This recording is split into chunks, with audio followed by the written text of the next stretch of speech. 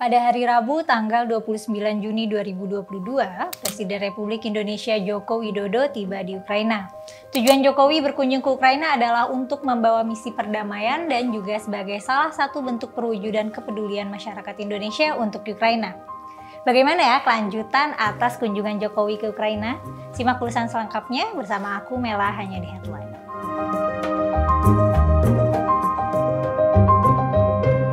Jokowi menyampaikan kepeduliannya terhadap dampak perang bagi kemanusiaan.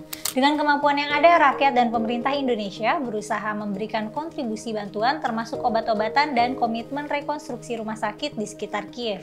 Presiden Jokowi juga menyampaikan betapa pentingnya Ukraina bagi rantai pasok pangan dunia. Menurutnya, semua usaha harus dilakukan agar Ukraina bisa kembali melakukan ekspor bahan pangan.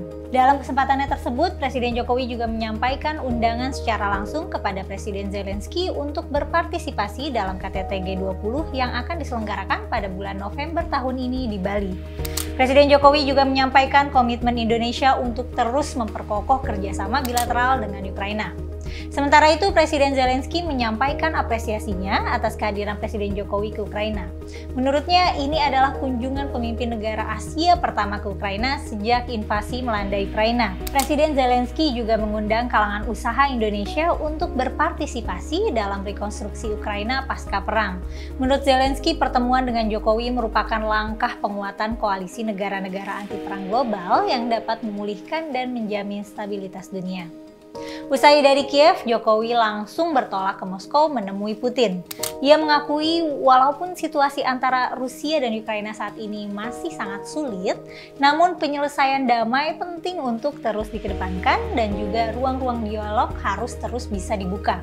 Jokowi menyampaikan pesan Presiden Zelensky pada saat pertemuannya dengan Presiden Putin. Dan Jokowi juga menyampaikan kesiapannya untuk menjadi jembatan komunikasi antara kedua pemimpin tersebut. Menurut Jokowi, isu perdamaian dan kemanusiaan selalu menjadi prioritas politik luar negeri Indonesia. Konstitusi Indonesia mengamanatkan agar Indonesia selalu berusaha berkontribusi bagi terciptanya perdamaian dunia. Dalam konteks inilah Jokowi melakukan kunjungannya ke Kiev dan ke Moskow. Usai melakukan pertemuan, Putin mengaku senang atas kunjungan Jokowi ke negaranya. Putin juga menjelaskan bahwa ini adalah kunjungan pertama Jokowi ke Moskow sebagai presiden. Putin senang Jokowi berkunjung, katanya. Putin juga menekankan bahwa Indonesia adalah salah satu mitra utama Rusia di Asia Pasifik. Hubungan Rusia-Indonesia bersifat konstruktif dan saling menguntungkan, juga terus berkembang atas dasar tradisi persahabatan dan bantuan timbal balik yang telah berlangsung lama. Presiden Joko Widodo telah menyelesaikan lawatannya ke Ukraina dan Rusia. Jokowi bertolak kedua negara tersebut dalam rangka misi perdamaian.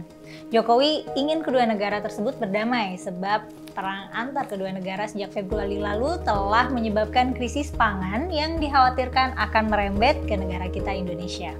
Namun, misi perdamaian yang dibawa Jokowi sepertinya belum membuahkan hasil. Perang masih terus terjadi, bahkan akhir pekan kemarin kedua negara masih saling serang. Menteri Koordinator Bidang Perekonomian Airlangga Hartarto lantas angkat bicara. Airlangga menyebut kedatangan Jokowi ke Ukraina dan Rusia utamanya adalah untuk menjaga rantai pasok global agar tetap lancar. Airlangga menyebut Jokowi tidak ingin ancaman krisis pangan terus berlanjut, apalagi selama perang terjadi dalam 4 bulan terakhir, rantai pasok pangan kedua negara terhambat. Airlangga menegaskan tidak ada satupun pimpinan negara yang bertemu Presiden Volodymyr Zelensky dan Presiden Vladimir Putin dalam waktu dekat. Jokowi menjadi satu-satunya kepala negara yang ditemui pimpinan tertinggi Ukraina dan Rusia tersebut. Pengamat hubungan internasional Anton Aliabas menilai misi yang dibawa Presiden Jokowi sebenarnya tidak lepas dari agenda presidensi G20 yang akan digelar di Bali pada bulan November 2022 mendatang. Sebagai pemegang presidensi G20, ancaman walkout negara lain atau ketidakhadiran Rusia saat gelaran G20 dapat berpengaruh terhadap kredibilitas Indonesia maupun mempengaruhi keputusan yang akan dihasilkan. Jokowi juga ingin meninggalkan warisan yang baik dalam sejarah kepresidenan Indonesia. Jokowi ingin menorehkan sejarah sebagai pemimpin bangsa yang ikut andil dalam mendamaikan konflik antar negara. Menurut Anton, selama 5 tahun periode awal pemerintahan, Jokowi lebih banyak menghabiskan kepemimpinannya dalam penguatan diplomasi bilateral.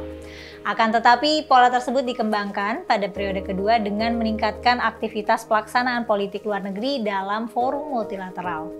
Anton meyakini Jokowi tentu saja sadar jika langkah yang dilakukannya dengan mendatangi Kiev dan bertemu Presiden Ukraina Zelensky cukup berisiko, sebab perang masih berlangsung dan belum ada tanda-tanda akan berhenti.